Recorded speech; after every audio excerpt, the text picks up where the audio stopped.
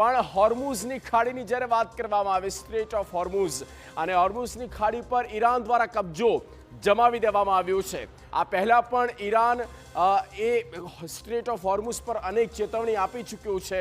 તેવામાં 13 દિવસમાં 14 જહાજ પર હુમલો કરવામાં આવ્યો છે। ઈરાનની કેટલી પકડ છે સ્ટ્રેટ ઓફ હોર્મુઝમાં તે દેખાય છે અને ત્યાંથી કોઈ પણ જહાજ પસાર થાય છે તો ઈરાનનો સામનો કરવો પડે છે, ઈરાની સૈન્ય શક્તિનો સામનો કરવો પડે છે। આ પ્રકારના હાલત અત્યારે ત્યાં બનેલા છે।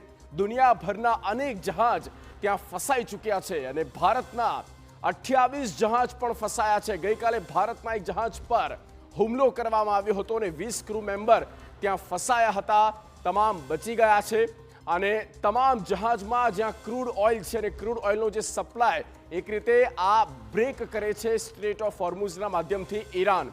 દુનિયાના સૌથી મહત્વના શિપિંગ રૂટ્સમાંનો આ એક છે અને વિશ્વના કુલ ઓઇલ પુરવઠાનો લગભગ 31% હિસ્સો જે અહીંથી પસાર થાય છે અને આખી ચેઇન જે છે તે અત્યારે બ્રેક થઈ ગઈ છે।